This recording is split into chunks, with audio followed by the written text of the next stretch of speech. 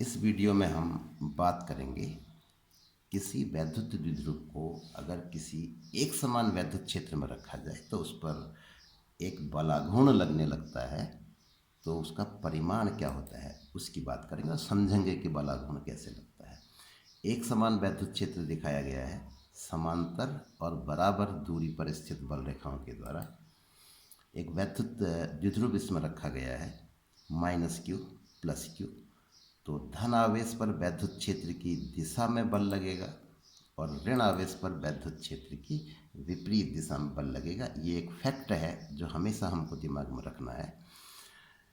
तो इसके हिसाब से अगर हम देखें, ये एक द्विध्रुव है, इस पर दो बराबर और विपरीत दिशाओं में बल लग रहे हैं। वैद्युत क्षेत्र की जो डेफिनेशन थी E = F/Q, जो परीक्षण आवेश के लिए हमने परिभाषित की थी, अब यहाँ पे आवेश हमने Q ले रखा है तो परीक्षण आवेश की जगह पर Q आ जाएगा। तो E = F/Q।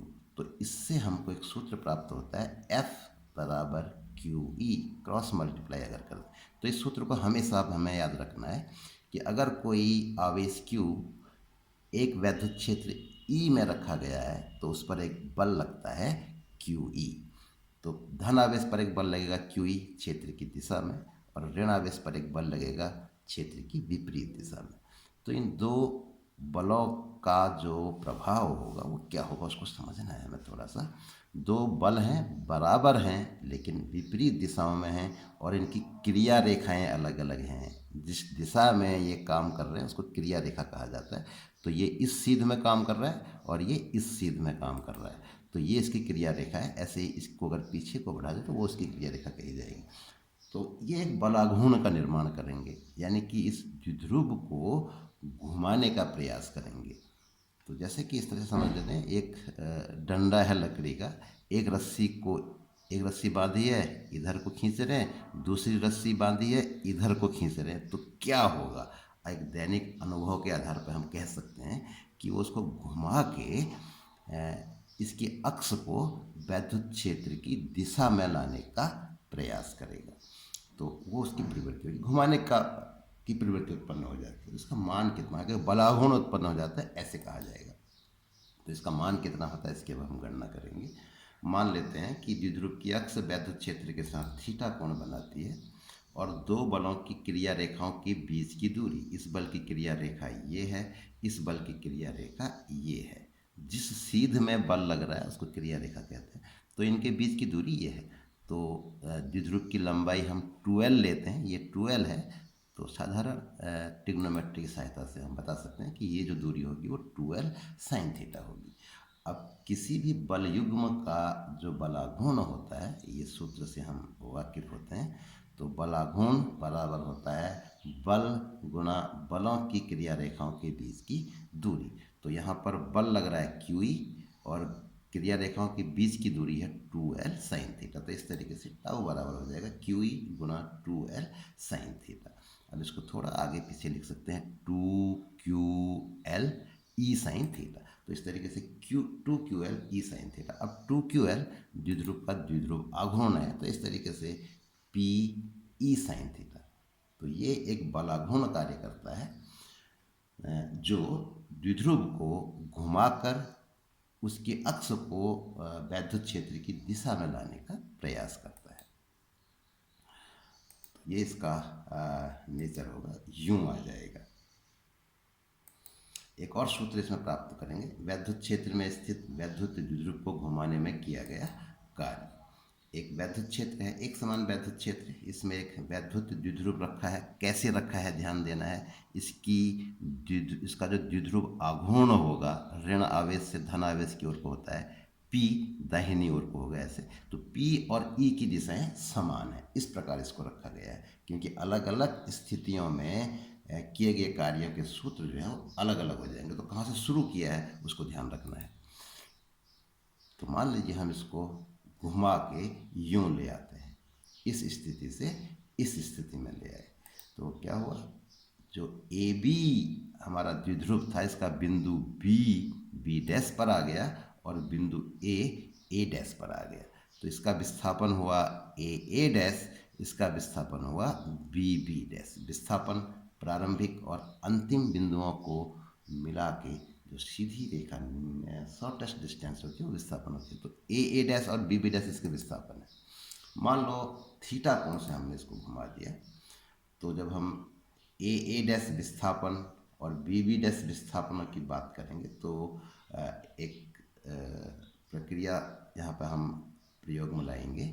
वियोजन करना होगा उन विस्थापन सदिशों का, तो उसके लिए हमको लंब की ज़रूरत होगी। तो ए डैश से लंब खींच दिया और ऐसे ही बी डैश से प्रारंभिक स्थिति में लंब खींच दिया। इन बिंदुओं को नाम दे दिया, इसको सी कह दिया और इसको डी कह दिया। तो जैसे हम यहाँ पर देख रहे हैं ए का विस्थापन होता है ए डैश, तो एक वेक्टर के द्वारा इसको ऐसे दिखाया जा सकता है। अब जो किया गया कार्य होगा बल गुणा विस्थापन। बल का मान है QE और विस्थापन का मान है ए डैश। अब क्या है, इस ए डैश का मान अलग अलग स्थितियों में अलग अलग होगा, तो इसको प्रैक्टिकली नापना उतना सुविधाजनक नहीं है, तो इसको हम और सुविधाजनक ढंग में ला सकते हैं। जैसे कि हम इसको कह सकते हैं ए डैश जो विस्थापन है इसको दो घटकों में वियोजित कर देते हैं। एक घटक हो गया AD और दूसरा घटक हो गया AD डैश। अब जो किया गया कार्य होगा बल गुणा विस्थापन। तो या इस विस्थापन में किया गया कार्य और इस विस्थापन में किया गया कार्य, तो दोनों ही स्थितियों में हम कार्यों की गणना आसानी से कर सकते हैं। कैसे कर सकते हैं देख लेते हैं। इसका थोड़ा मैथमेटिकल एनालिसिस करते हैं। प्लस क्यू आवेश का विस्थापन ए डैश है, जैसा हमने बात करी अभी। इस ए डैश को हम कह सकते हैं AD प्लस AD डैश। एक विस्थापन सदिश को इस दो घटकों में वियोजित कर दिया। अब किया गया कार्य WAD अगर हम कहें, AD विस्थापन में किया गया कार्य बल गुणा विस्थापन FD cos थीटा सूत्र होता है। तो बल है QE, विस्थापन है AD, और बल और विस्थापन के बीच थीटा कोण बन रहा है क्योंकि इसी दिशा में बल लगता है। वैद्युत क्षेत्र की दिशा में बल लग रहा है या वैद्युत क्षेत्र की विपरीत दिशा में बल लग रहा है, तो इस तरीके से थीटा का मान जो है यहाँ पर 0 हो जाएगा क्योंकि बल दाहिनी ओर को लग रहा है धनावेश पर, और अगर हमें विस्थापित करना है तो इसी बल के बराबर बल बाईं ओर को लगाना होगा। तो विस्थापन भी यहीं को हुआ, बल भी हमको यहीं को लगाना है, तो दोनों के बीच का कोण थीटा है। थीटा बराबर 0 डिग्री है। तो इस तरीके से WAD का मान cos 0 क्योंकि एक होता है तो QE इंटू AD हो जाएगा। अब दूसरे वाले वेक्टर को अगर देखें AD विस्थापन में कितना कार्य होगा, जैसा हम यहाँ पर देख रहे हैं बल इस दिशा में है वैद्युत क्षेत्र की दिशा में और विस्थापन उसके लंबवत है, तो थीटा का मान 90 डिग्री हो गया। अब cos 90 क्योंकि 0 होता है तो फिर बल और विस्थापन का जो डॉट प्रोडक्ट होगा वो 0 हो जाएगा। तो इस तरीके से इस प्रक्रिया में किया गया कार्य 0 होता है। तो कुल किया गया कार्य इसके बराबर हो जाएगा। तो WAA डैश इस विस्थापन के लिए किया गया कार्य केवल इस विस्थापन के लिए किए गए कार्य के बराबर होगा। इस विस्थापन के लिए कार्य 0। तो इस तरीके से हो जाएगा WAD प्लस WAD डैश, और WAD का मान हमको पता है AD QE इंटू AD, और दूसरा वाला जो है वो 0 हो गया तो QE इंटू AD हो गया।